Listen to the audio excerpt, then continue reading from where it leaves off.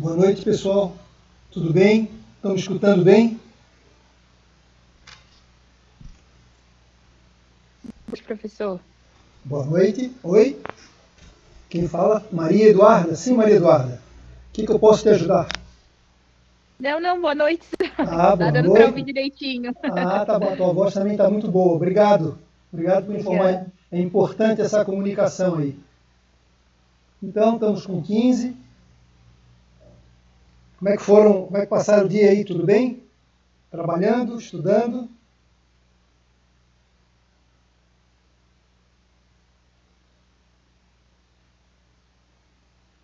É isso aí. Tudo certo, então. Vamos para frente. Hoje eu reservei algumas informações para vocês, para a gente, vamos chamar assim, filosofar um pouquinho, coisa light também, mas são dados importantes que a gente precisa tomar conhecimento e ficou registrado, para que a gente, no decorrer do nosso semestre, a gente fale o mesmo linguajar. E esse linguajar que eu escolhi foi exatamente o linguajar de mercado, o linguajar real que a gente vai trabalhar. Né? Como eu disse para vocês, ou eu disse para outra turma, a gente quando está na vida real, a gente não fala economês nem financeiro, né? A gente fala o jargão de mercado, como a gente diz. Então, eu já deixei disponível para vocês esses slides aí, está lá disponível. E vocês sabem que eu já disse também para vocês que eu sigo a metodologia do Assaf Neto. Então, o primeiro capítulo sobre administração financeira 2 de longo prazo, eu segui essa metodologia dele, os passos dele, mas embora eu deixei registrado para vocês, eu gostaria de começar por um ponto que eu acho importante para vocês. Por exemplo, eu queria saber de vocês qual que é a diferença entre a administração financeira 1 e a administração financeira 2. O que a gente trouxe da administração em poucas palavras, em pouquíssimas palavras, o que ficou para a gente, qual foi o conteúdo que ficou para a gente da administração financeira 1, porque nós vamos fazer a administração financeira 2. E eu gostaria de começar mostrando para vocês o seguinte, qual é essa diferença e por que é feito isso. Então, embora o professor Assaf Neto tenha sugerido esse procedimento, esses passos aí, eu vou começar, eu vou vou contra ele, fazer um contraponto no item que eu acho importante, ajustando para a nossa vida, para o nosso conteúdo aqui. Então eu vou lá para o slide número no número 9. Começar aqui. Como a gente vai estudar administração financeira e nosso objetivo é gerir empresas, então eu vou começar fazendo um pequeno desenho de uma empresa. Aí eu pergunto, em primeiro lugar, a administração financeira 1 trouxe que conteúdo para nós gerirmos a empresa? Com outras palavras bem simples, se eu estou complicando. O que a gente aprendeu efetivamente, objetivamente, em administração financeira 1? Dado lá para o nosso querido professor André Leite. Basicamente, administração de caixa, capital de giro. Perfeito. Perfeito. Foi o Arthur que falou, nosso financista. É isso mesmo. Isso. Exatamente isso. Então, a administração financeira 1 se resume fazer com que a empresa gere lucro. Desculpa, errado. Gere recursos financeiros para que eu possa pagar os meus compromissos no curto prazo. Olha só. Então, o objetivo principal da administração financeira 1 é eu ter métodos, modelos, algoritmos que façam com que a minha empresa gere recursos financeiros para que eu possa liquidar os meus compromissos de curto prazo. Esse de curto prazo é até 1 ano. Por exemplo, quando o fornecedor bater na minha porta, eu tenho que ter dinheiro para pagá-lo, porque senão não tenho como obter matéria-prima para o meu trabalho. Se chega um funcionário no final do mês, eu preciso ter dinheiro para pagá-lo. Então, no primeiro momento, não é apurar o lucro. Na verdade, é gerar recursos financeiros para que eu possa fazer com que a minha empresa continue andando, se mantendo em marcha durante o período cotidiano, o período diário.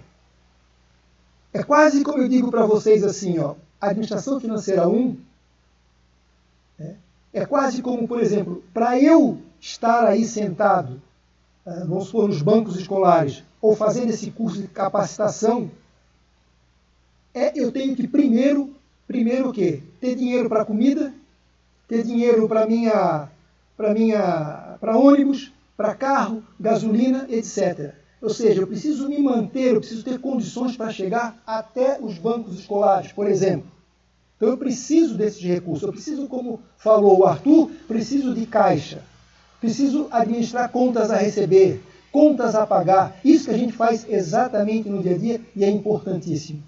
Feito isso, eu tenho condições de ir para os bancos escolares, fazer a minha graduação, e que aí é uma outra coisa importante.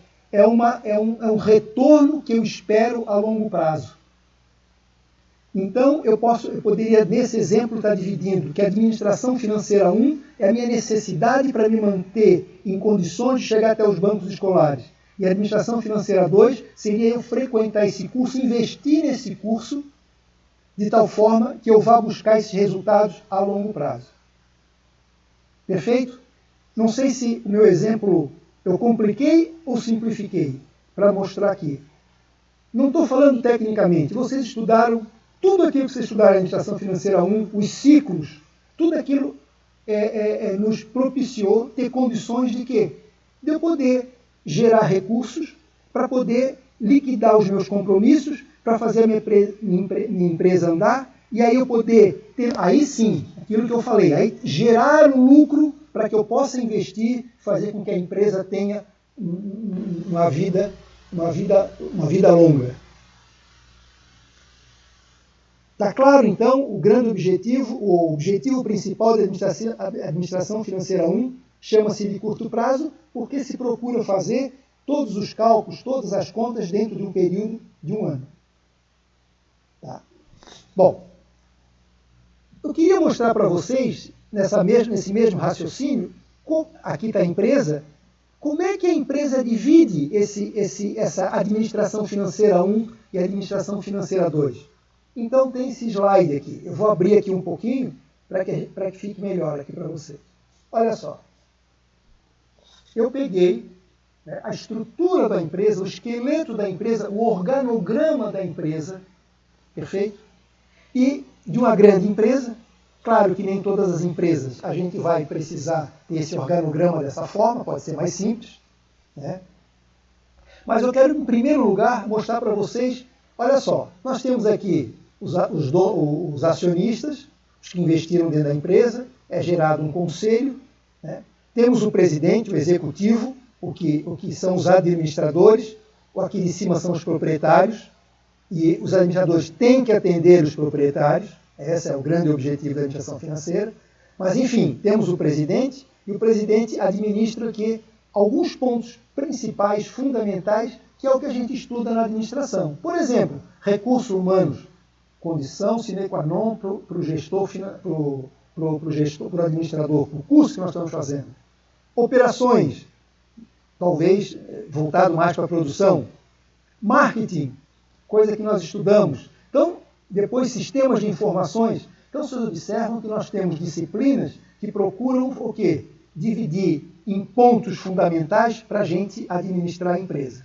E aí, claro, né, como sou eu que estou fazendo, eu coloquei aqui numa visão central, puxei lenha para a minha sardinha, brasa para a minha sardinha, que é o vice-presidente financeiro e que é a administração financeira. Mas onde que eu quero chegar exatamente? Qual é a grande preocupação, a princípio, de uma empresa multinacional, uma grande empresa, que precisa ser feito? Ele divide em dois grandes campos: o tesoureiro e o controle. Na verdade, é aquilo que eu digo para vocês, a gente estuda. Ele não vai fazer uma empresa, não vai fazer um organograma, não vai montar, não vai botar de um lado a administração financeira 1 de curto prazo e do outro lado a administração. Imagina, esse que eu digo que é o jargão que a gente vai utilizar dentro da empresa. Então, o que cuida a administração financeira 1? É justamente a preocupação do diretor, do vice-presidente, é gerar tesouraria, treasury, tesouraria, dinheiro, gerar recursos financeiros, né, da melhor forma possível para fazer com que a empresa não pare. Ainda não é o lucro. É óbvio que eu gerando, pagando e produzindo e vendendo, consequentemente, vou gerar o lucro. Na mesma linha existe o chamado controller. Geralmente essa expressão pode ser mudada também, mas é a administração financeira 2. É o que nós vamos estudar. Quero saber o seguinte: uma vez atendido o curto prazo, eu quero saber os recursos que nós vamos investir a longo prazo, quais são os resultados. Então eu vou procurar indicadores que vai me dizer, de longo prazo, se a empresa tem condições de sustentabilidade ou não. É quase a mesma coisa. Olha assim, aqui é o dinheiro para o dia a dia, que eu estava dizendo para vocês, para chegar até os bancos escolares. Chegando lá, nós estamos num ambiente em que eu estou investindo, que no momento eu não tenho recursos, mas que, na verdade, eu preciso ter bons resultados para que no futuro me gere lucro, dinheiro. Não necessariamente para pagar a conta, mas para manter, para dar continuidade às minhas empresas, para ter o retorno, para destacar o lucro.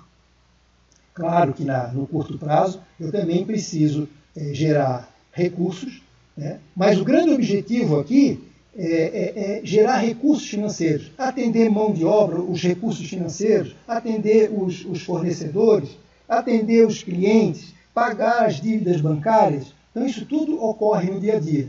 E aqui a administração financeira 2 vai o quê? Vai justamente analisar que caminho, que trajetória eu tenho que seguir para ter um retorno que me dê sustentabilidade e faça com que a empresa tenha uma vida longeva. Eu, olhando mais um pouquinho para frente aqui, ó, eu dei um zoom aqui, só para mostrar para vocês, aqui, é isso que eu quero começar mostrando para vocês aqui, essa diferença, né, entre finanças de curto prazo e finanças de longo prazo. Observe, olha só o que foi estudado lá. Como disseram, administração de caixa, créditos de contas a receber, contas a pagar, se é uma empresa grande, as operações de câmbio, e aí se faz um pequeno planejamento financeiro de um ano de curto prazo. Claro, não vamos... assim, ó, eu preciso ter um conhecimento de 30, 60 e 90 das contas que eu preciso pagar. Mas esse período eu preciso ter esse planejamento. Não deixa de ser uma projeção de resultados. Mas observe, de curto prazo. Para quê? Sempre ter condições que na hora que vencer meus títulos, a hora que cair, bem o linguajar popular, o boleto, a empresa tem que ter recursos de alguma forma, né, para poder liquidar seus compromissos. Dar condições de andamento. E aí a controladoria vai cuidar dos registros, ver se esses registros estão corretos, se o custo do produto está sendo compatível com o mercado, está sendo competitivo com o mercado. Vamos fazer orçamentos, a gente vai trabalhar com orçamento, projeções de longo prazo. Vamos cuidar, e vamos ter muito cuidado com os tributos, administrar os tributos, poder ver se a gente pode economizar de alguma forma, deixar uma maneira de fazer, de pagar mais ou menos impostos dentro da lei, né? Atender o sistema de informação, claro, um sistema de software bastante grande para agilizar o processo. Então, eu acredito que antes da gente começar a discutir propriamente o capítulo, eu acho que é importante a gente resgatar essa visão, né, saber em que terreno nós estamos pisando. Primeiro, vocês já pisaram aqui no curto prazo, que foram aí todas as contas, todos os exercícios, todas as teorias utilizadas aqui, mas que no fundo o quê? É fazer com que a empresa gere recursos. Por exemplo, salário. Vocês precisam gerar algum tipo de recurso. Ou um parente paga, financia, ou os pais pagam, ou você trabalha. Vocês observam que quando a gente tem esses recursos, ele não é propriamente, no momento, um lucro. Podemos gerar um lucro, claro. Se eu gastar menos e pelo que eu ganho sobrar, não deixa de ser um lucro. Mas o grande objetivo de quando eu trabalho, gero recursos, é para pagar minhas contas. E depois eu vou fazer os investimentos, vou fazer aplicações financeiras, vou investir em outras empresas. Mas aí é uma condição de longo prazo, vou fazer um planejamento para ver que resultados serão esses. Então, observe, é o caso de vocês. Bem alimentados, sentou no banco escolar, vão investir na graduação que vocês estão fazendo, para que no futuro ele dê lucro, retorno. Eu penso que eu penso que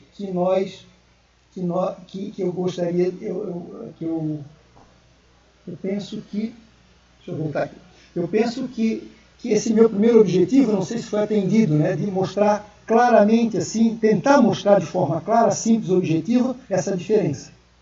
Perfeito, pessoal? Posso seguir? Alguma contribuição?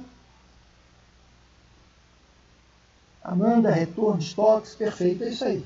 Isso aí mesmo. Tá.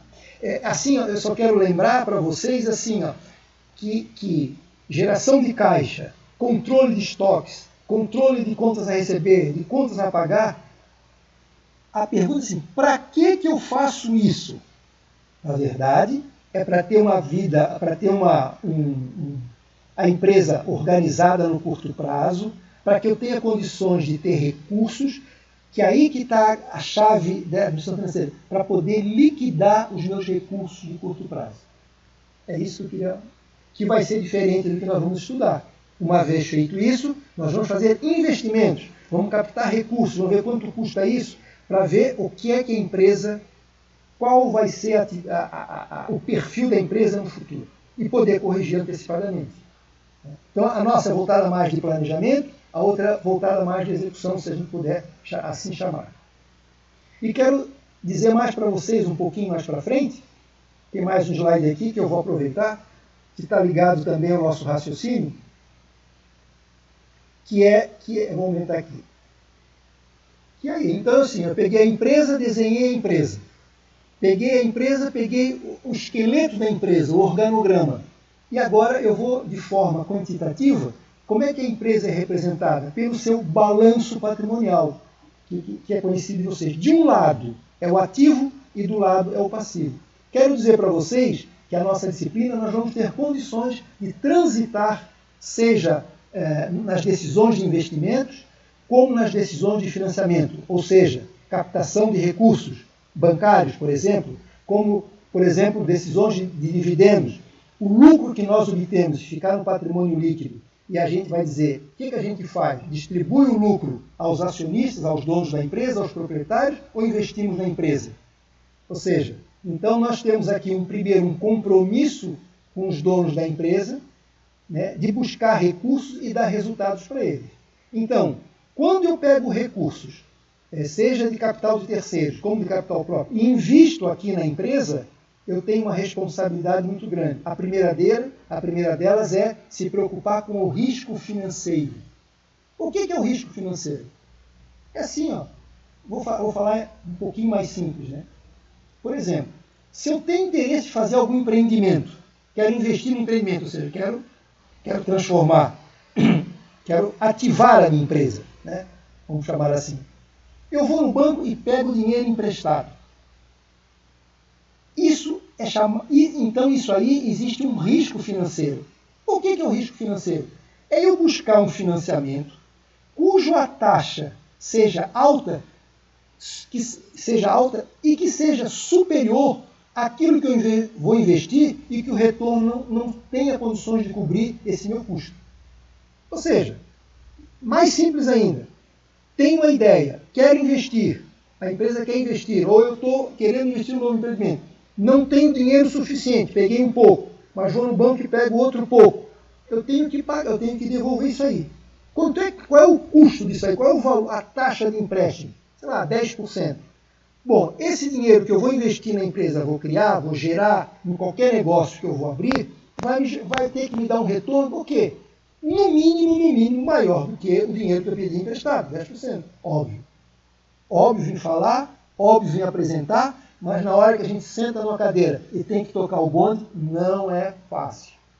Então, quando a empresa busca capital de terceiros, aproveita o capital próprio que foi investido e investe, ela está muito preocupada, primeiro, com o risco financeiro, com o custo que isso aqui que tem, porque, uma vez investido, o retorno disso aqui, o lucro obtido, tem que ser superior para pagar as minhas contas, o que eu pedi emprestado. Então, de um lado, eu tenho um risco econômico, é não gerar lucro. O risco econômico é não gerar lucro o suficiente para pagar as minhas contas, né? O que eu pedi dinheiro emprestado, uma taxa alta. Então, o que a gente vai estudar mesmo? Nós vamos correr nisso aí. Então, por exemplo, o primeiro capítulo que a gente vai estudar, o segundo capítulo que a gente vai estudar é desempenho operacional, que eu disse para vocês. Aquilo que eu estou investindo, ou aquilo que a empresa está trabalhando, ela está ganhando dinheiro com o seu negócio, eu estou gerando lucro, então nós vamos trabalhar no lado do ativo. O terceiro capítulo, custo total de capital. Eu quero saber, uma hora que eu tomo dinheiro emprestado em banco, uma hora que eu tenho que pagar os donos da empresa, esse custo que eu vou transformar numa taxa, ele está sendo superior ou inferior àquilo que está me retornando? Depois eu vou dizer o seguinte, bom, se não está bom, eu vou estudar um quarto capítulo extremamente importante. Quem sabe se eu mudar a composição disso aqui, isso diminui o meu custo e eu posso ter um resultado melhor. Então vocês estão observando que eu não vou trabalhar apenas com um lado, nós vamos transitar pela empresa inteira. Depois temos um capítulo importante. Feito tudo isso, eu pergunto, bom, quanto que a minha empresa está valendo? A gente vai estudar o capítulo 5, que é valuation, que eu já comentei com vocês rapidamente no outro encontro. E por último, feito isso aqui, ó, eu boto no papel e vou fazer o seguinte. E agora? Qual que é a taxa interna de retorno? Qual que é o valor para ele? Como é que eu vou apresentar isso para a empresa? Esses indicadores estão me dizendo o quê? E eu vou pegar esses indicadores e vou mostrar para você, nós vamos comparar com o mercado para ver se a empresa está bem ou mal na foto. Se a empresa é competitiva ou não. Perfeito? Então, eu vou voltar no início. Nós já começamos de trás para frente no plano de ensino, mas é que eu queria resgatar, né, na verdade, quando existe um modelo pedagógico, na verdade eles não sabem aquilo, não conhecem bem o nosso contexto, tem uma noção. E é a mesma coisa. Eu vou comecei aqui pelo meio, hoje eu comecei pelo meio, mas eu digo o seguinte, acho que é importante, antes de eu começar a falar em alguns conceitos aí, dar algumas considerações na área financeira, eu queria mostrar para vocês o terreno que nós já pisamos e que vamos pisar agora daqui para frente. Falei demais? Tentei dar exemplos? Expliquei? Ficou claro?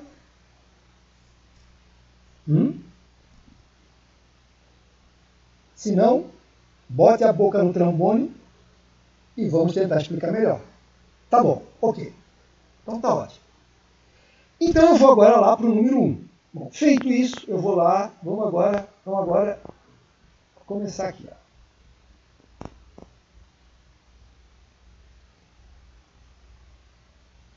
Vou começar aqui com o primeiro conceito.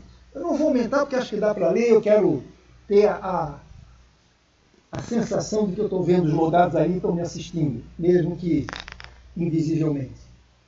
Se for que precisa aumentar, a gente aumenta.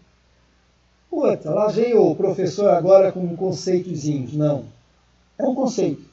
E se eu perguntar para vocês o que são finanças, professor, óbvio. Finanças é administrar os recursos financeiros. Pô, mas o que isso tem de novidade? Eu estou na sexta fase. Isso aí, antes de eu entrar na universidade, eu já sabia. Que quem cuida de finanças, ele vai ter que administrar os recursos para não faltar e ainda aumentar meu patrimônio. Óbvio, isso aí eu não vou nem explicar. Mas tem aqui, ó, duas palavras importantes. Talvez essa segunda também não seja novidade para vocês. Finanças é a arte e a ciência de gerar recursos financeiros. Tudo bem, ciências, não tem dúvida, claro. Se eu vou gerar recursos, se eu vou administrar os recursos financeiros, nada melhor do que eu estudar técnicas, né, modelos, processos, métodos, de forma científica, né, certo? Vamos até chamar assim de forma científica, para que eu tenha um melhor resultado. Também não vejo diferença nenhuma para vocês. Mas eu não quero deixar passar, o que é importante é o seguinte, tem uma palavrinha aqui que chama-se a arte. É a arte e a ciência. Quer dizer, será que finanças tem alguma coisa a ver com pintura? Com Van Gogh? Com os maiores aí, com os maiores pintores? O que ele quer dizer a arte inserida no contexto de finanças?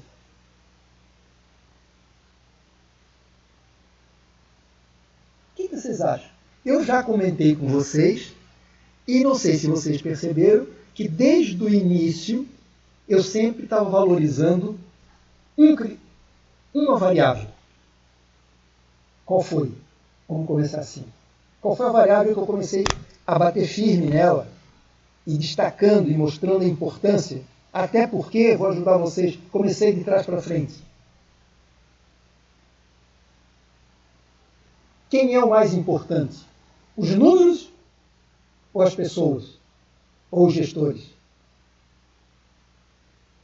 Então, pessoal, quando dá esse conceito e ele coloca arte, ele quer dizer de forma subliminar: não acredite somente em números, principalmente quando tem seres humanos envolvidos. Então, esse é o fato, e eu bati. Então é o seguinte, a gente lembra, acho que eu falei para vocês, é que agora eu estou ministrando de manhã à noite, eu não sei para quem que eu falei. Mas, não sei se foi para vocês, na hora que eu compro um carro, esse exemplo é bem banal, com certeza eu não olhei só o preço, só a velocidade. Sei que a gente olha tudo isso. Mas a nossa decisão de comprar aquele carro, com certeza não está escrito. Se a gente tivesse colocado no papel, isso a gente não costuma colocar, mas está inserido no nosso subconsciente. Então, quando a gente fala que comprou um carro e conversa, na verdade é como eu disse para vocês, é como se fosse um iceberg. Aparece, o que a gente fala é a pontinha, mas a decisão está sendo baseado no que fica embaixo de um iceberg. Então, eu convido a vocês da seguinte forma: não, vocês já sabem, mas é difícil de fazer. Quando nós apurarmos os resultados, que sejam críticos, porque eu vou dar empresas muito próximas da gente e vou dizer, mas como que esses resultados estão dando aqui, cujo o comportamento dela está sendo outro? Ah, pois é, aí nós temos. Perfeito? É isso que eu queria dizer para vocês. No fundo, a arte aqui é a valorização do ser humano, da característica qualitativa que a gente muitas vezes não fala. Os números, eles convencem, é importante, certo? É importante, eles convencem, mas não é tudo. Eu vou contar um casinho para vocês, rapidamente, da minha experiência. Eu trabalhei na Porto Belo, e durante 10 anos, e nós éramos responsáveis por um grupo de pessoas, o qual eu gerenciava, um grupo de pessoas que a empresa tinha um recurso bastante grande e que nós tínhamos que aplicar esse dinheiro no mercado, fazer esse bolo crescer. Bom, e toda semana nós tínhamos encontro com o vice-presidente financeiro. E aí a gente tinha que levar para eles, em função dos recursos, do que aconteceu durante a semana, qual eram as alternativas desse bolo, desse recurso que sobrava, qual seria a melhor aplicação financeira. Onde a gente investiria? Quais são as sugestões? Eu, bastante jovem, cheio de gás, cheio de coisa. Toda semana que eu subia, a gente estudava, aplicava os melhores métodos, no início estava começando HP, era cheio de conta daqui, cheio de conta para lá, ok, tudo bem. Tecnicamente a gente acha que apresentava um bom trabalho. Mas toda vez que eu voltava da reunião, eu vinha decepcionado. Mas por quê?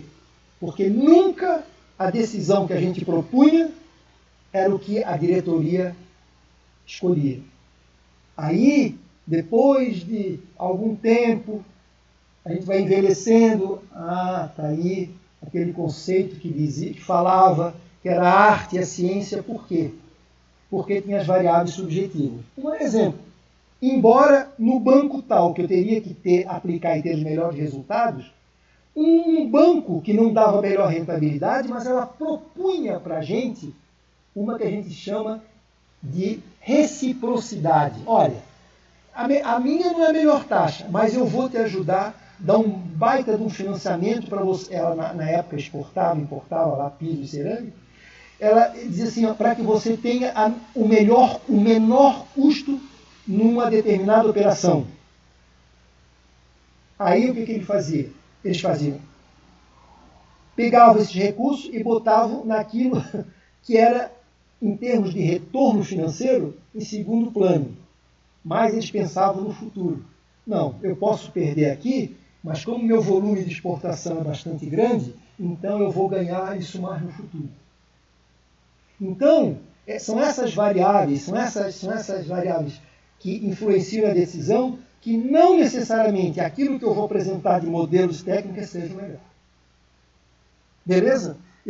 Mais uma vez eu me contijo um pouquinho, porque eu quero dizer para vocês, já estou assim, já dizendo para vocês lá do futuro.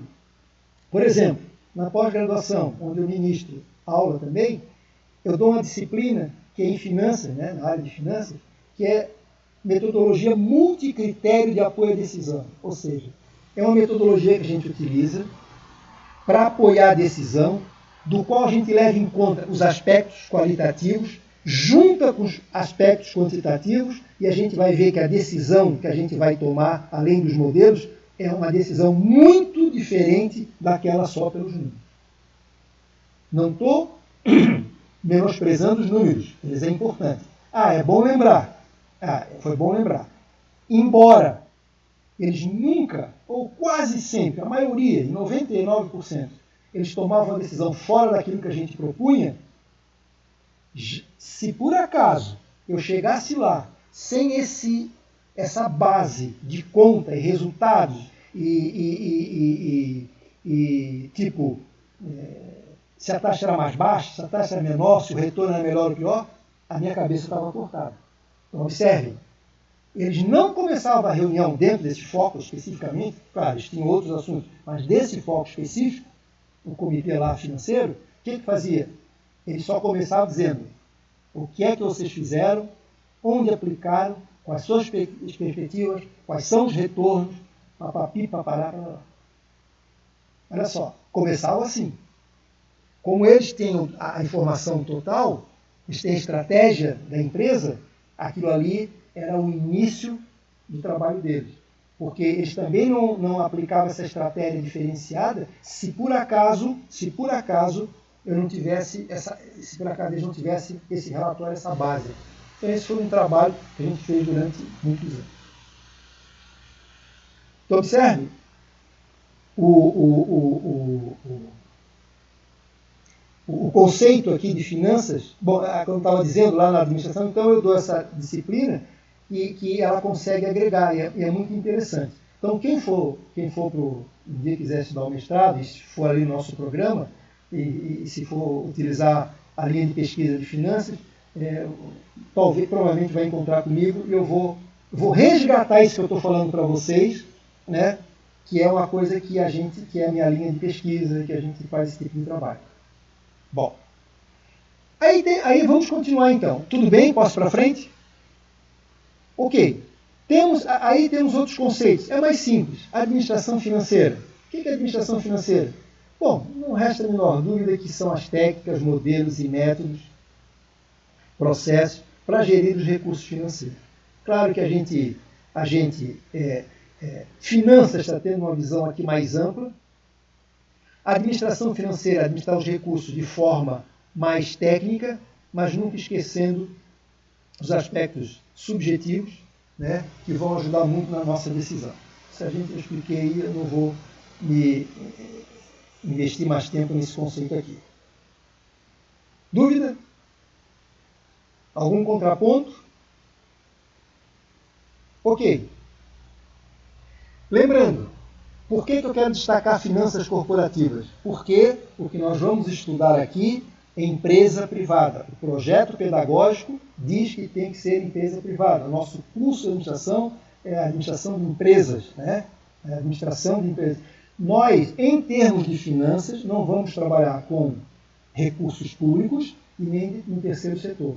Até porque os métodos não são totalmente diferentes, mas são diferentes e, por exemplo, se eu tiver que aplicar, a maioria desses nossos métodos não é adaptável a, por exemplo, a gestão do orçamento público, por exemplo.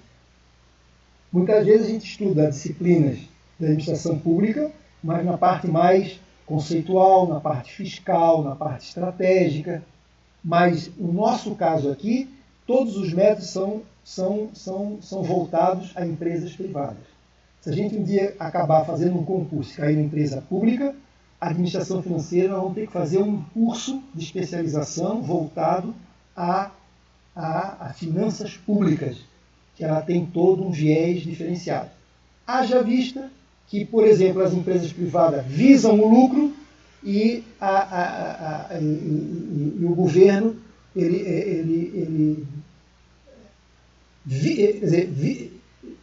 não é que não visa o lucro, ele visa o lucro social, é um lucro diferente. Né? O orçamento dele entre receita e despesa tem que gerar, tem que ser aplicado, não tem que sobrar recursos, porque tem que ser aplicado no contexto onde eles estão trabalhando, mas aquilo que é aplicado, ele tem que trazer um retorno social. Por exemplo, eu gastei meu dinheiro aplicando em estradas.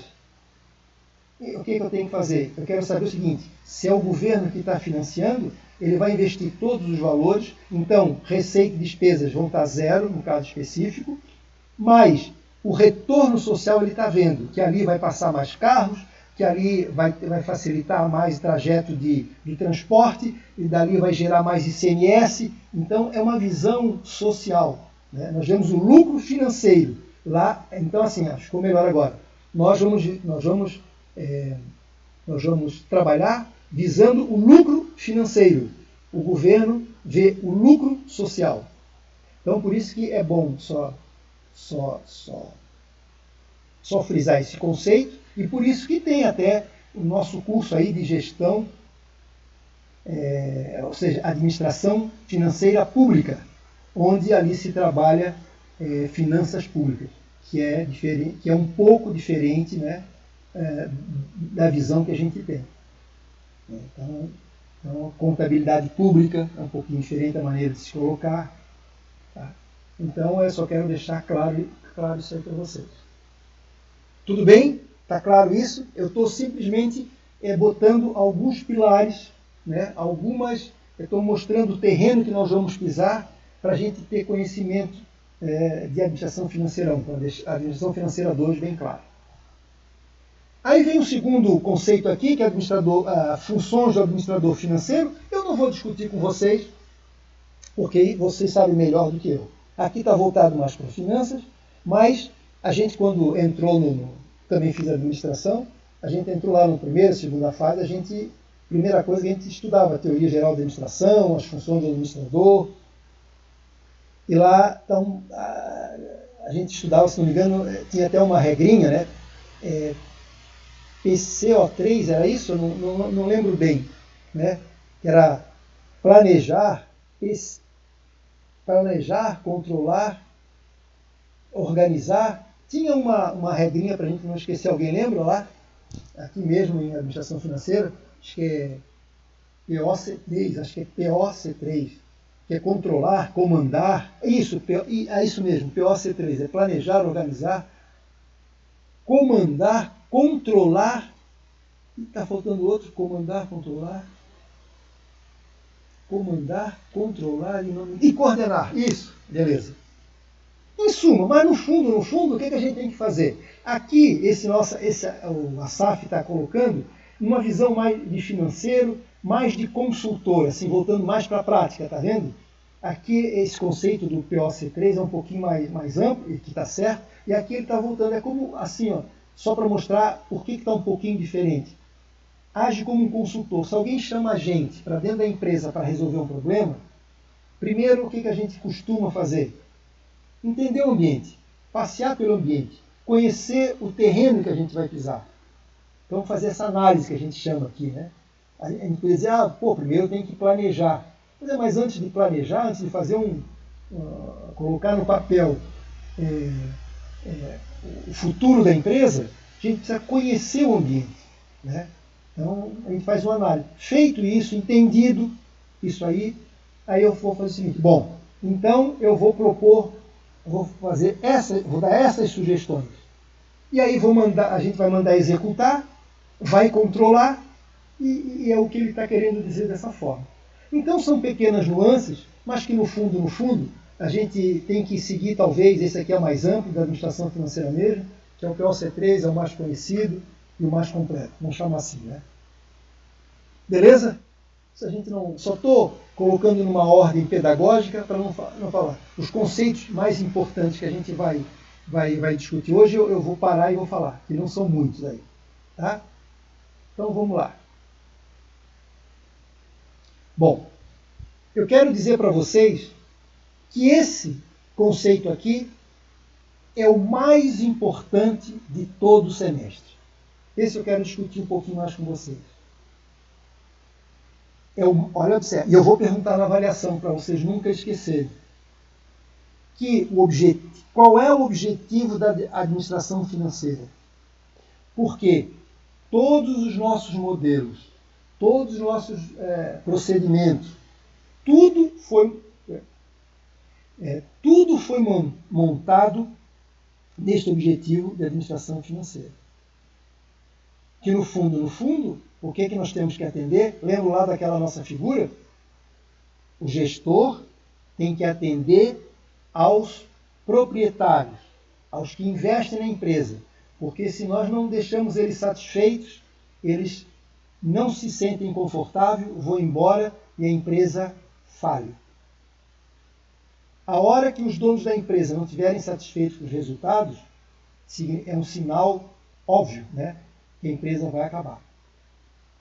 Bom, então, vamos ler um pouquinho esse objetivo aqui. Dá para ler tranquilo, né? Não queria me esconder um pouco, senão fica muito frio aqui. Acho que dá para ler.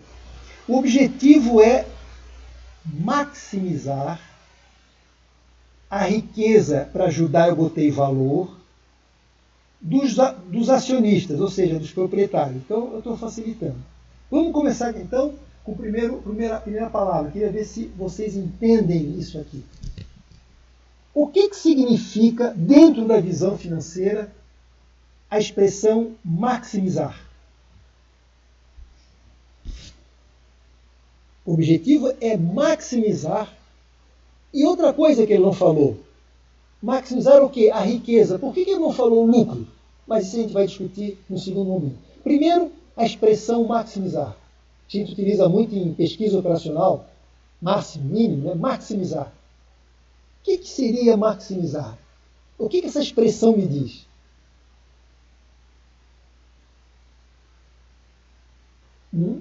Ninguém se habilita? Nenhum dos 32 se habilitam? Tem 33, mas eu estou envolvido. Aumentar. Lembra, Laís, que eu falei? Aumentar o patrimônio do lucro. Ok. Mas eu queria ser mais específico ainda. Aquilo ali tem o alvo, mas ainda não está na mosca. Não acertaram na mosca ainda. Mas não está errado. Aumentar, claro que tudo isso aí vai aumentar o patrimônio, vai aumentar os recursos. Mas e quando ele diz assim, isso que eu quero, o objetivo é chegar num ponto máximo, ou seja, é fazer dentro do possível atingir isso. Aí, agora a Bruna acertou no alvo. Exatamente. Exatamente. Até gostei bem ali dentro do possível, atingir o máximo. Eu até tiraria o possível ali e diria o seguinte, esse possível já eu vou discutir com vocês, mas essa expressão eu vou usar aqui, atingir ao máximo, ou seja, aquilo que eu fizer, não existe uma outra trajetória, uma outra aplicação, uma outra maneira que não seja aquela que eu defini. Por exemplo, para vocês entenderem, que aí é discutível, mas veja bem qual é o objetivo. Ela disse assim, eu quero chegar no céu. Por exemplo, um exemplo que vocês vão entender. Se eu disser, como é que vocês maximizariam o curso de vocês? Para dizer assim, não, este aluno, este grupo de aluno, atingiu o máximo de aproveitamento no curso de administração. Que o Lucas também falou, aproveitar ao máximo as possibilidades. Tá bom. Existe uma maneira. Essa maneira, às vezes, pode ser até teórica. E não sei se a gente vai usar. Mas a gente tem que demonstrar. E é isso que a administração financeira faz. Ela vai arranjar um modelo, uma técnica, que diz uma melhor alternativa do que essa não existe. Bom, mas voltando ao nosso trabalho. Imaginem só, para vocês maximizarem, seria o quê? Do primeira fase até a última, terminar o curso de administração financeira com média 10. Então, quem disse assim, a Bruna disse, dentro do possível. É o que eu vou comentar depois. Mas o maximizar para a administração financeira é dizer o seguinte, qual é a melhor alternativa? Que não tenha uma melhor do que eu preciso calcular. É arranjar um instrumento que eu atinja isso. Bom, aí eu digo, nem sempre é possível. Aí entra lá o conceito da Bruna. Nem sempre é possível. E não sei se a relação custo-benefício é tão importante assim. Será que o mediano, com média 7, o meu esforço foi voltado, tenho uma situação, entendi o curso mais do que a metade, significa então que eu não serei um excelente administrador, um excelente empresário? Ok, isso pode existir da possibilidade, isso é verdade. Mas o que eu quero explicar para vocês, que o objetivo da administração financeira é encontrar o melhor ponto, que igual àquele não existe. Se a gente vai usar ou não vai usar, é um problema nosso, é um problema do ser humano. Tá bom? Então vamos para frente. Só para lembrar aqui que o que vocês falaram é perfeito, né? Mas é só que eu quero fazer esse contraponto do que pensa o objetivo da administração financeira. É o seguinte, é claro que nem sempre essas condições até são viáveis para a gente conseguir fazer. Mas eu quero dizer o seguinte, olha, eu consegui isso, mas eu quero dizer que existe uma situação melhor. Se ela é viável ou não, tudo bem. Até me passou pela cabeça agora um exemplo, não sei se vai ajudar. Mas assim, ó, existe outras pessoas em outros planetas? A gente não sabe. Não sabe por quê? Porque os instrumentos que a gente conseguiu, que a gente atingiu até o máximo, que a gente diz que é o máximo, não é o suficiente para passar de uma galáxia para outra. A gente só vê em cinema. O dia que a gente conseguir, a gente vai poder dizer, não existe. Mas hoje é impossível. Até porque nós não estamos em condições de atingir o nível necessário para eu passar de um sistema solar para outro, por exemplo. Vocês estão entendendo? É a minha empresa. Significa, minha empresa está bem pra caramba, estou tendo bons resultados, mas não é o melhor. Não necessariamente é o melhor.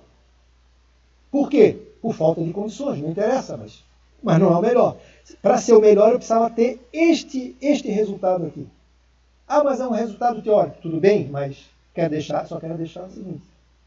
Então, por exemplo, assim, para a gente passar de um sistema solar para o outro, tem que estudar física quântica 5, sei lá, ou antes tinha a física de Newton, depois veio a física quântica, e agora tem que ter uma outra física que eu não sei de onde que vem. Agora está me vindo assim na cabeça, quando a gente tinha os primeiros computadores, a gente tinha uma determinada linguagem. Depois que veio a Microsoft, etc., criaram uma maneira totalmente diferente, extremamente avançada, que a gente pensava que a gente já tinha até esgotado. A IBM, inclusive, deixou de ganhar muito recurso porque não acreditou nessa nova metodologia, mais avançada, mais eficaz, mais simples, assim. Tá certo? É só para explicar isso para vocês. Bom, mas vamos continuar. O objetivo é maximizar, é atingir esse máximo.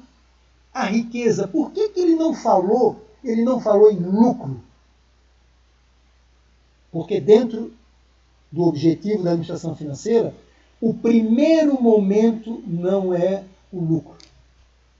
O primeiro momento é capacitar a empresa para o futuro, de tal forma que ela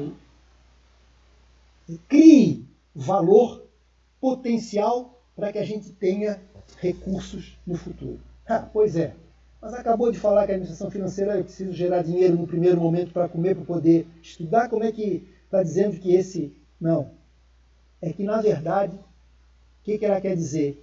Que em termos mais filosóficos de administração financeira, o que é importante no primeiro momento é o valor. Vou dar um outro exemplo prático. Diz um ditado muito comum: quem tem amigo tem crédito na praça. Então, significa que muitas vezes eu não tenho dinheiro nenhum, mas se eu precisar, pelo potencial que eu desempenho, pela minha honestidade, pelo valor que eu gero, eu consigo esses recursos. Então a empresa às vezes pode estar passando por um período sem lucro, mas investindo num projeto, sei lá, sustentável, seja no meio ambiente ou uma novidade, que isso vai fazer com que atraia investidores que financiem essa empresa para dar lucro no início. Mas o lucro vai ter que aparecer, porque se ele não aparecer, aquele projeto fica igual o filósofo. Se o filósofo não trabalhar para ganhar dinheiro, não vender as suas poesias, ele vai morrer de fome. Não adianta só ficar elucubrando. Vou dar um exemplo banal aqui. Um exemplo antigo, esdrúxulo, mas vocês vão entender. Depois eu dou um exemplo de finanças. Você tem uma filha, vou falar de mim então. Eu tenho uma filha, que eu venho tratando ela de pão de ló há muito tempo. Aí chega lá nos seus 15 anos, chega um gajo, um garotão, cheio de onda, e quer namorar com a minha filha. Aí diz, não, traz esse rapaz aqui que eu quero falar com ele. Hoje, nesse tempo, nem existe mais isso, né? Mas não interessa. É um exemplo só. Traga esse rapaz. Aí ele, o que você quer com a minha filha? Que é o cara? Eu queria namorar. Gostei. Eu quero ter um projeto junto com a sua filha. Sim, mas tens apenas aí 20 anos? Não, mas quero dizer que eu estou fazendo o curso de administração financeira, o curso de administração de empresas na UFSC, curso altamente conceituado, estou estudando inglês, ganhei uma bolsa para estudar, para aprimorar meu inglês no futuro. E só tem uma coisa, eu não tenho dinheiro. Eu tenho que andar com ela de ônibus, eu tenho que andar com ela a pé, de bicicleta. Isso eu não tenho, a minha família não é abastada, tenho dificuldade de ter internet, mas eu estou lutando aí, eu estou conseguindo, eu vou na biblioteca, falo com um amigo, etc. Não, ok, meu cara, você pode namorar com a minha filha. Quando ele gera esse projeto, o pai, numa visão de longo prazo, não está pensando em dinheiro. Pode ser até que um rapaz tenha muito dinheiro e seja um baita de um picareta. Mas primeiro, deixa eu falar do lado bom aqui. Aí, namorou um ano, vai para o segundo ano, se acontece, às vezes não dá nem tempo, é um ano, muito menos, mas que seja um ano. Aí ele observa e sentiu e a filha fala, olha, pai, ele abandonou a universidade, ele aquilo que ele falou que deu a bolsa para aprimorar o inglês dele no exterior foi mentira. Tá certo? E ele agora disse que vai primeiro caminhar aí pela vida para ver o que vai fazer. Qual é a reação do pai? Minha filha, se afaste disso aí. O que eu quero dizer? Que aquela expectativa gerada não transformou, entre aspas, em dinheiro, em resultado. Mesmo ele não tendo, porque se ele não tendo recursos, mas ele efetivasse aqueles projetos, ele ia ter no futuro, era isso que era o necessário, é isso que a gente pensa. Ele, naquele primeiro momento, ele tinha valor. Outro exemplo mais financeiro aqui. Vocês lembram do Eike Batista?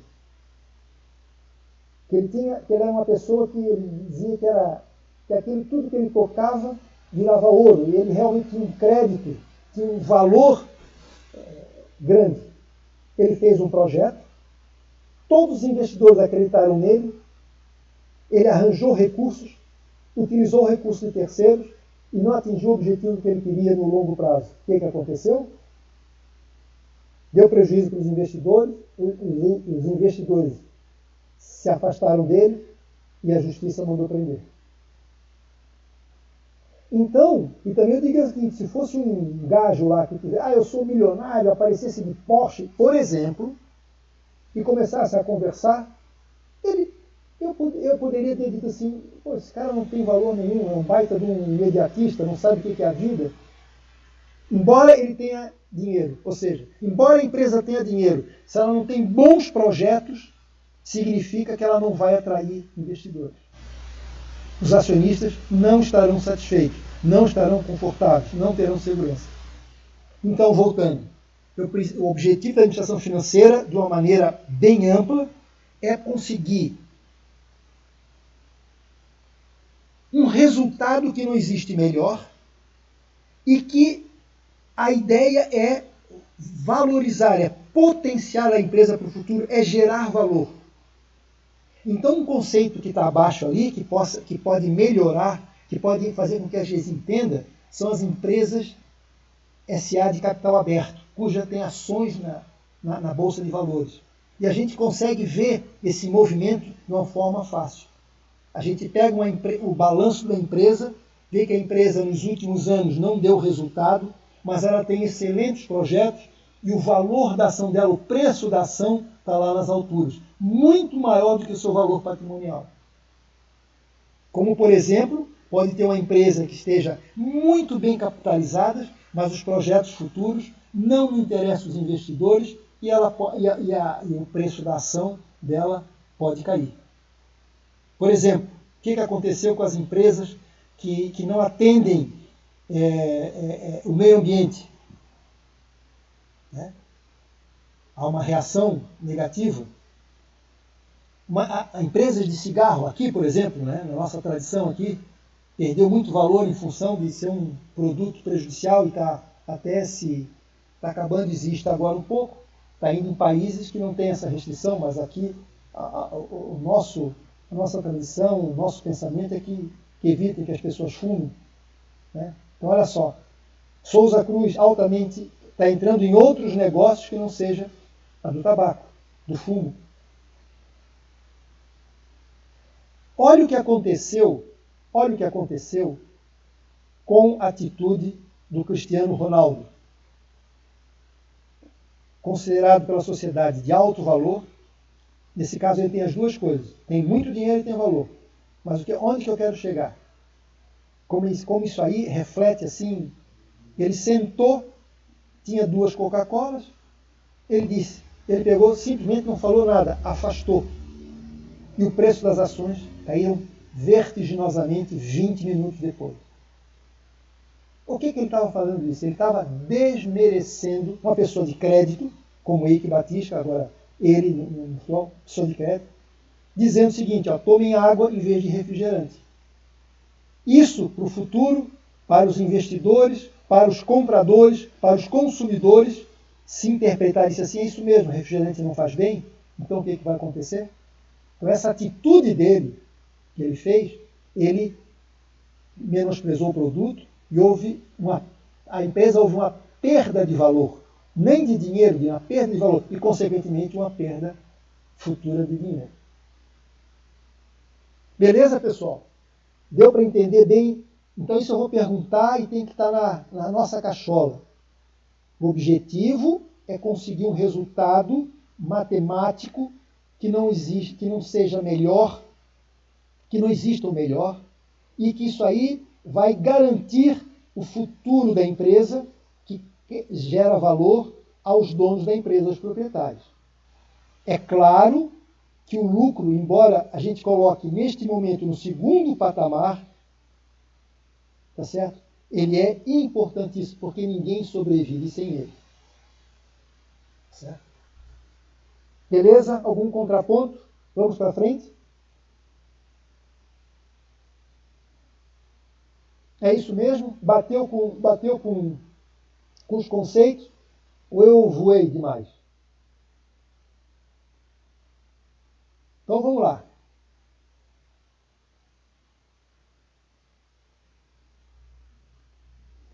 Esse é um conceito mais simples, mas a gente vai usar muito. O que é taxa mínima de atratividade? A gente vai usar muito, muito, muito, muito, muito.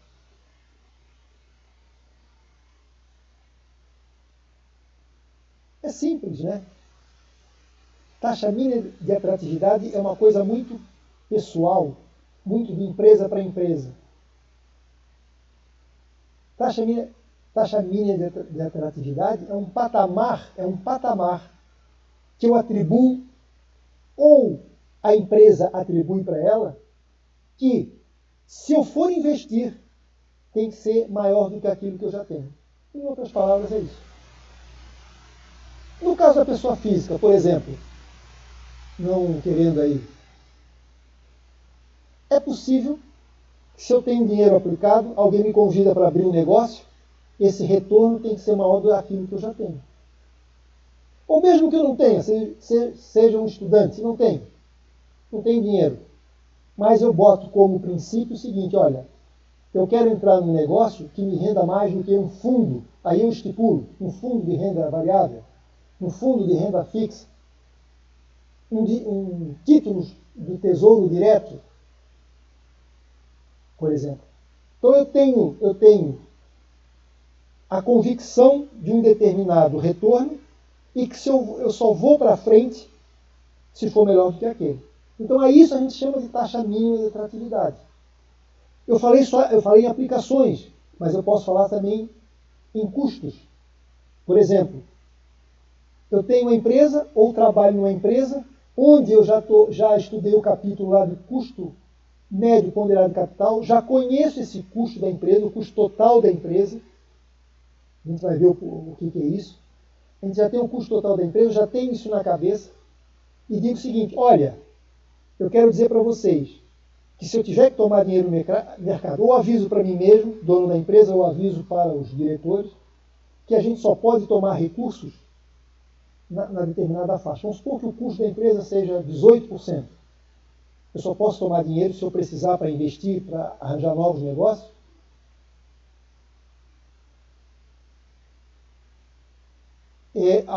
Se o custo é 18%, eu só posso tomar dinheiro, eu falei 20%, né? A 20%.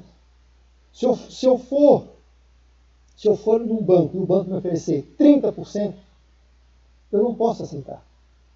Porque aí eu diria assim que o meu custo mínimo de atratividade é o meu custo total da empresa, aquilo que eu tenho. Eu não posso adquirir mais financiamento além do que eu já tenho, porque eu sei que o que eu já tenho, a minha empresa ela está indo bem. Ou seja, o custo da minha empresa hoje é 20, os retornos que eu estou obtendo é 30, então eu tenho lucro. Então eu não posso, então eu já tenho na cabeça um custo mínimo atrativo, é 18. Aí eu digo o seguinte, bom, eu vou para o banco me oferece 30, só tem, vamos supor que o mercado hoje, a taxa de juros está alta, é 30% ao ano, eu não posso pegar. Entre aspas, muitas vezes a gente vai ter que remodelar Porque se eu preciso investir e vejo um futuro maior e que o retorno vai ser maior do que o atual, é possível que essa taxa de 30 seja melhor. Mas não interessa.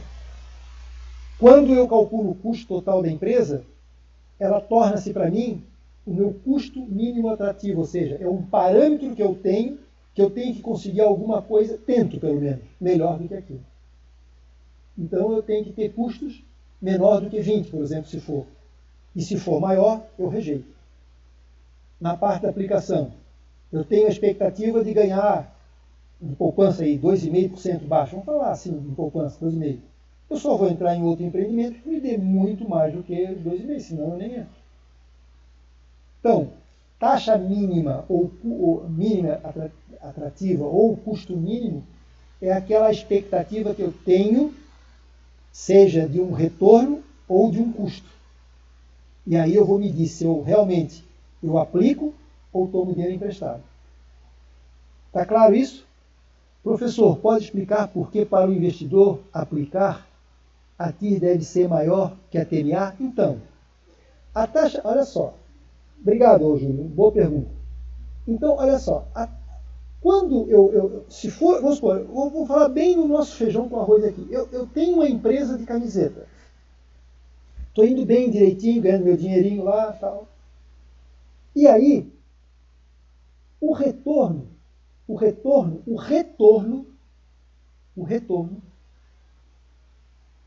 das minhas aplicações, ou do retorno que eu aplico na minha empresa, que é nas minhas camisetas, vai me dar, por exemplo, 20%.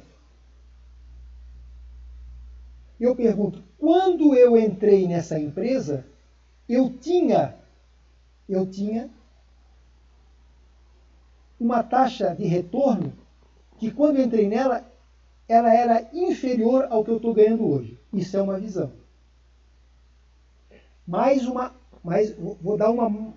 Vou tentar dar um outro exemplo para ser mais objetivo. Na minha empresa de camiseta, eu botei dinheiro próprio. Isso tem um custo, eu vou explicar para vocês qual é o custo. Mas assim, no primeiro momento.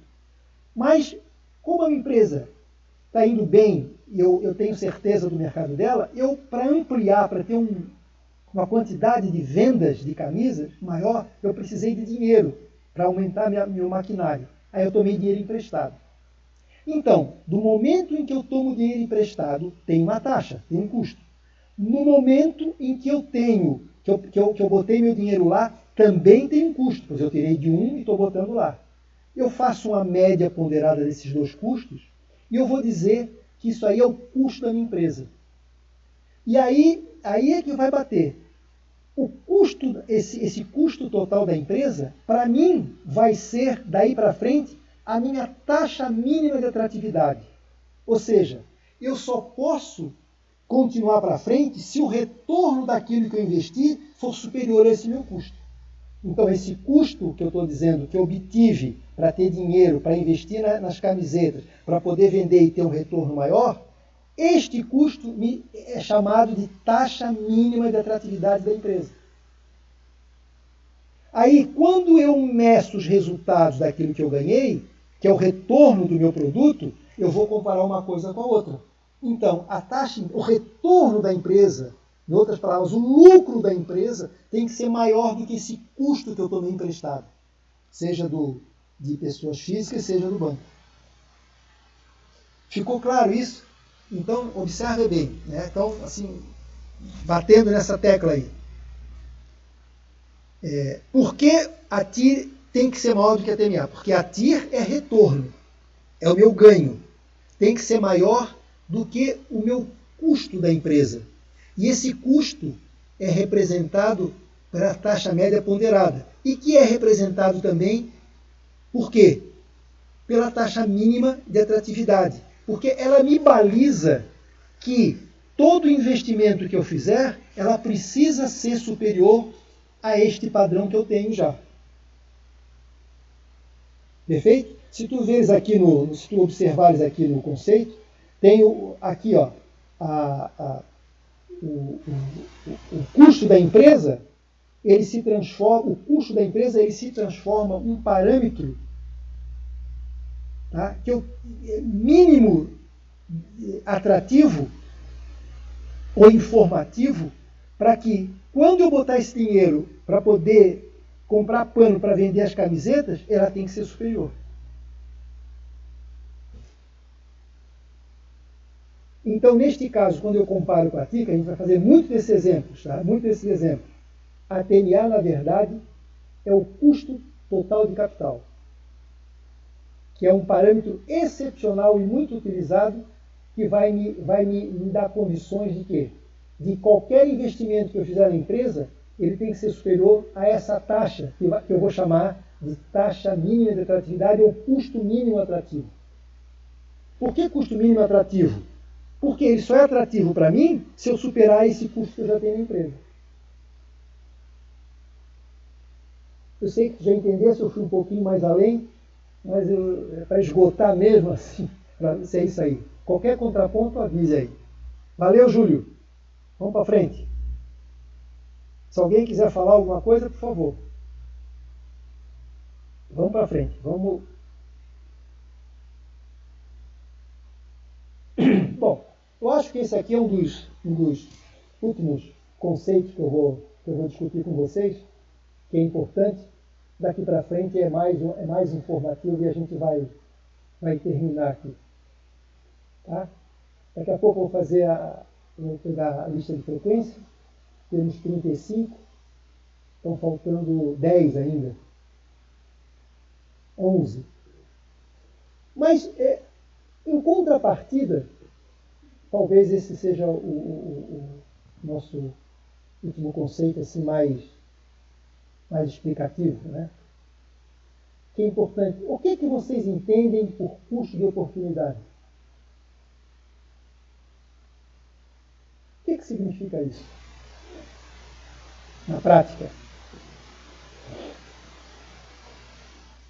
A Amanda vai se arriscar. Vamos ver, Amanda. Quanto eu deixo de ganhar em determinada situação ao tomar um outro caminho, tomar um outro investimento. É isso aí. Que eu deixo de ganhar.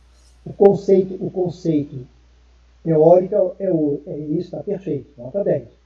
Mas vamos trazer para a prática, assim.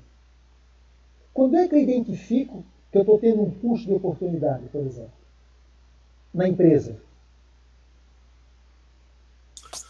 Se eu faço uma aplicação financeira, ou eu estou usando aquele dinheiro para fazer um investimento em algo físico, imóvel, em veículos, enquanto esse dinheiro ele podia estar rendendo mais numa conta. Eu estou perdendo um valor e estou tendo um custo de oportunidade.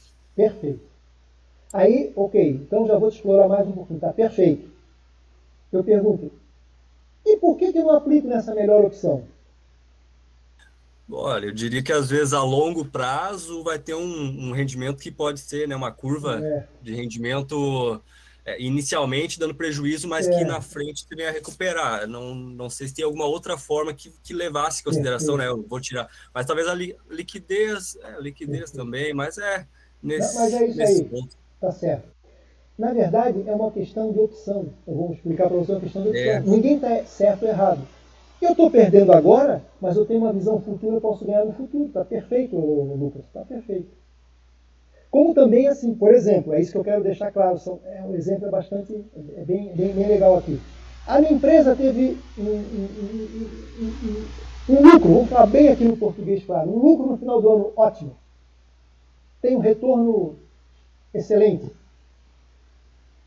Eu estou bem na foto? Sim, paguei os meus empregados, estou me virando muito bem, mas se eu quero seguir o objetivo da administração financeira, que é maximizar os resultados, eu tenho que ver meus concorrentes. E posso observar que, puxa, eu tive um retorno, o retorno dos meus investimentos na empresa como um todo, no geral, né? Que é lá o ROI que a gente vai estudar, retorno sobre os ativos, retorno sobre o investimento, ele está dando, vamos supor, 20% ao ano. Só que eu fui ver no mercado que os meus concorrentes estão conseguindo 30%. Opa! Então isso acende uma luz amarela. Eu observo o seguinte, puxa, então estou tendo um custo de oportunidade. Porque tem gente ganhando mais, o mercado me oferece mais. E por algum motivo eu não estou ganhando. Aí eu vou analisar. É uma questão de opção? Pode ser. Não, eu não quero aumentar, eu não quero progredir. Mas, por exemplo, Será que eu estou com as melhores pessoas, os melhores recursos humanos? Será que eu estou com o melhor maquinário? Será que eu tenho menor know-how? Então isso faz me ver, faz eu repensar que se eu tenho um custo de oportunidade, ou seja, se eu poderia estar, oportunamente eu poderia estar ganhando melhor, eu não estou tendo isso, tá? É porque eu tenho alguma coisa de errado. Ou está errado, mas eu digo, mas eu vou seguir isso aqui e acabou. Mas por que é isso importante? É importante, é aquilo que eu dizia lá da Porto Belo, que é importante. É importante eu saber o que eu estou deixando de ganhar, se for o caso. Se depois eu vou tomar uma atitude ou não, é um problema pessoal. Mas eu quero saber, eu tenho um custo de oportunidade. Vou dar um exemplo mais teórico, assim, mais simples, mais objetivo. Eu fui chamado, isso é mentira, tá? Mas vamos supor que eu fosse convidado para trabalhar na melhor universidade do Brasil, lá, USP, São Paulo, Fundação Getúlio Vargas, e que vamos botar a Fundação Getúlio Vargas, é uma fundação, fui convidado para lá, puxa vida, aumentou o meu trabalho, o meu salário triplicou 3 vezes mais. Bom, embora também triplicar 3 vezes mais para o salário de professor não é muita coisa, mas interessa, foi triplicado. Junto à minha família, minha mulher e meu filho, e vamos para São Paulo. Eu feliz da vida, criei valor junto aos meus colegas, as portas se abriram mais para mim, perfeito. Eu acho que no Brasil, em termos de salário, não existe, tudo voltando, tudo dentro dos conceitos, não existe melhor do que aquele. Não existe. Nem a USP não paga, nenhuma universidade paga melhor do que a Fundação Getúlio Vargas, por exemplo. Atingir em termos de salário para aquela minha função, não tem melhor. Ok, passou um ano, minha mulher disse, quero voltar. Voltar porque ela não se socializou com a cidade, manezinha, não gosta de conversar com as pessoas, meu filho atacou a renite, e aí eu vou repensar. Se eu voltar, eu vou ter um custo de oportunidade. Se eu ficar, eu vou atingir o objetivo da administração financeira, atingir o ASA. Mas eu pergunto, qual é a decisão que eu vou tomar? Ou qual é a decisão que eu tomaria? Só eu mesmo vou dizer.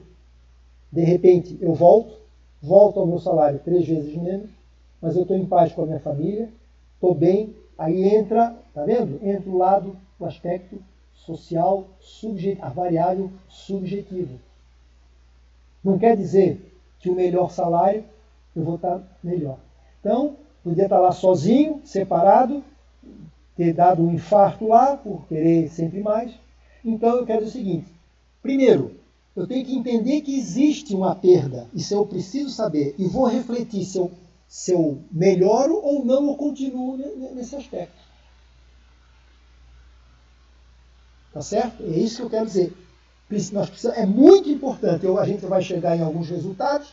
E aí, ela está bem na foto, essa empresa? Não. Tem empresa aqui. O que está havendo? Também está obsoleta, não quer mexer nos equipamentos. Bom, aí a gente vai discutir bastante. Mas deu para entender sobre... Deu para entender esse custo de oportunidade? E esse outro exemplo que o Júlio falou era perfeito, né? Às vezes eu estou colocando o valor num determinado recurso financeiro, né? E eu poderia melhorar. Mas por que eu não faço isso? Isso também é importante. Ou eu tenho uma visão...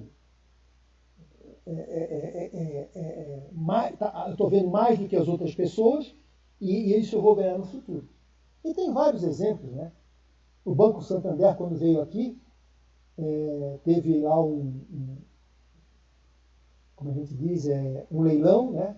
Todo mundo entrou, vários bancos entraram, e aí a proposta do Banco Santander, que precisava ter que comprar um banco aqui, um determinado banco, a dele, o banco valia X, ele pagou, e todos deram mais ou menos dentro daquele valor, ele deu 3 vezes mais. É exatamente esse exemplo, isso é uma verdade, acho que deu 10 vezes mais, alguma coisa assim. Esse foi o exemplo que o Júlio falou. Acho que foi o Júlio, né? Falou, ou o Lucas, não sei. Bom. Opa. o nosso horário aqui de eu fazer a... Não quero prender muito vocês, estamos no final. Fazer a nossa frequência aqui, peraí.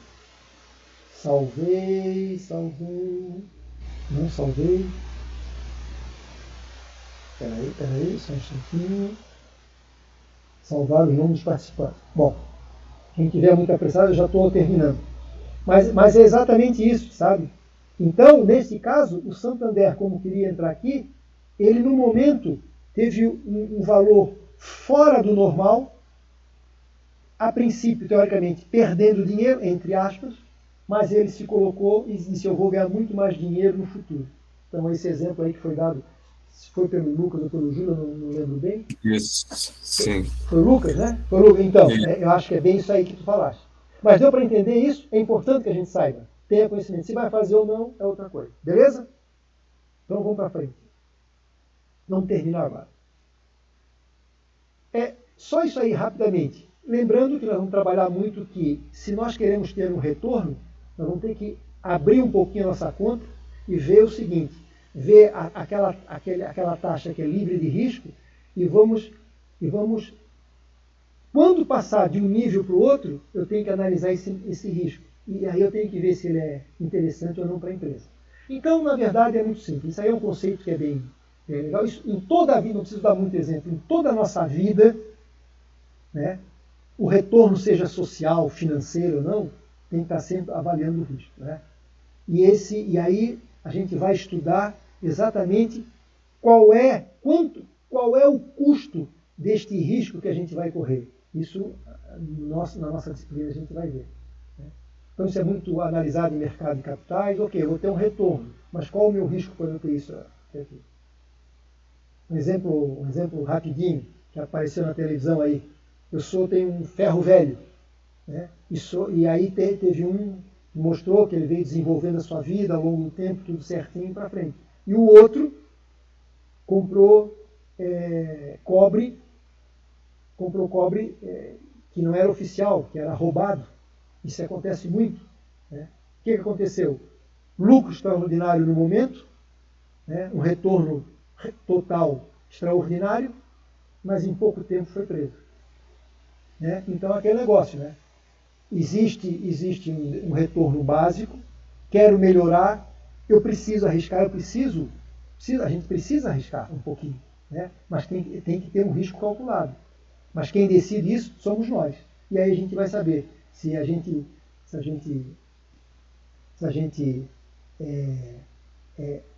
aceita o retorno que vem, se ele é propício ou não. Mas isso aqui a gente não vai se deter muito, que na verdade é importante, toda aplicação, todo retorno tem o seu custo. Isso acontece no dia a dia da gente não precisa mais explicações. Né? No momento em que a gente começar a trabalhar com o número, eu digo, olha, essa aqui é uma taxa livre de risco, esse aqui é o prêmio que nós vamos acrescer e vamos ter esse retorno total. Qual é o risco? O risco é tanto. A relação custo-benefício é favorável à empresa? Não sei, vamos decidir. Ok. Aí, esse próximo slide aqui, ó, a gente já discutiu, que é da empresa, a gente já discutiu essa aqui, né? A gente já discutiu isso aqui. Esse slide já não discutiu. E, finalmente, eu só quero dizer para vocês o seguinte, que eu quero mostrar quais são os instrumentos que nós vamos trabalhar, além dos cálculos, modelos, algoritmos, as fórmulas todas aí que a gente tem em mãos para poder atingir o objetivo da gente. A gente vai trabalhar muito durante o semestre com o balanço patrimonial, vamos trabalhar com a demonstração de resultados e vamos trabalhar com fluxo de caixa. Com esses três instrumentos, nós vamos administrar, nós vamos atender às necessidades que a nossa disciplina exige. E quero dizer para vocês que esses peças contábeis que eu chamo, esses relatórios administrativos e financeiros, são os quais eu usava para resolver alguns problemas na empresa lá, pelo menos dentro dessa área aqui. Então, não vou dar para vocês, eu vou dar balanços para vocês reais, recortados dos jornais. A demonstração de resultado também vem de jornais. Tudo eu vou pensar com empresas de Santa Catarina, com datas de 2020, nada antigo, e aí a gente vamos ver se aquilo que eu estou falando ele é aplicável na vida prática. Então, meus queridos colegas, quero dizer que eu tinha para hoje, era isso aí.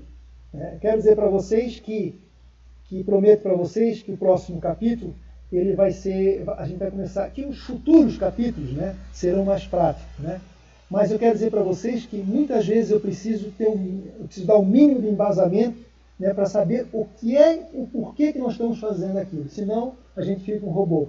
Eu sei como faz, aperto, tem esse resultado, mas eu não sei para que serve. Isso não. Eu vou prestigiar muito o seguinte, vou pedir bastante para vocês.